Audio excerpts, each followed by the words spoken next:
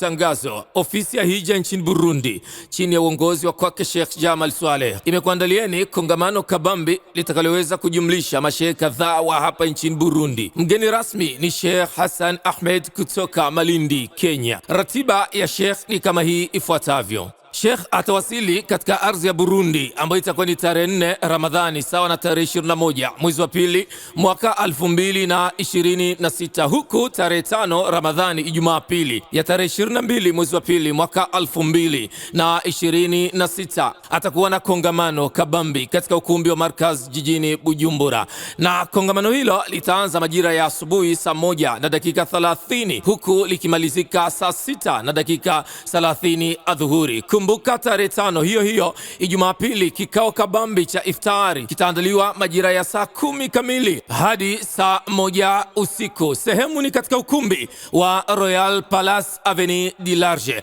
Iftari hiyo imeandaliwa na ofisi kuu ya hija nchini Burundi. Lengo ni kuweza kumshukuru Allah kwa kuweza kutimiza miaka 10 ya uongozi. Tarehe 6 Ramadhani sawa na tarehe 23 mwezi wa pili Ijumaa tatu, Sheikh atakuwa na darsa ndani ya Masjid Nuru barabara ya 5 namba 24 Buyenzi baada ya swala ya dhuhuri. Baada ya swala ya tarawih, Sheikh atakuwa mmoja wapo katika misikiti ya Aziatike. Tarehe 7 Ramadhani sawa na tarehe 24 mwezi wa pili mwaka 2026, Sheikh atakuwa na msafara wa kuweza kuelekea Ngozi, huku ataswali dhuhuri Gitega na kushirikiana meza ya iftar pamoja na viongozi wa Ngozi, ikiwa ni majira ya saa 10 hadi saa 1 ya usiku. Siku hiyo Sheikh atakuwa na mawaidha baada ya swalatul tarawih katika msikiti wa Masjid Ansar Ngozi.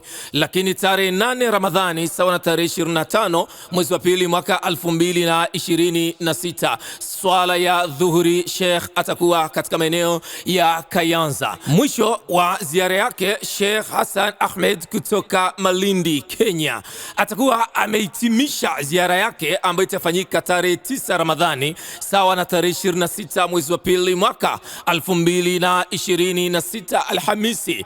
Atakuwa na kikao kikubwa, kongamano la kina mama katika ukumbi wa Bujumbura maarufu katika uwanja wa Inespe Buyenzi majira ya saa 1 na dakika 30 hadi saa 6 kamili. Ofisi ya hija nchini Burundi chini ya uongozi wa kwake Sheikh Jamal Swaleh unakutakieni swaumu njema ndani ya mwezi mtukufu wa Ramadhani, huku ukiwaomba Waislamu wote kuweza kutoa ushirikiano katika kuweza kumpokea mgeni rasmi Sheikh Hassan Ahmed kutoka Malindi, Kenya.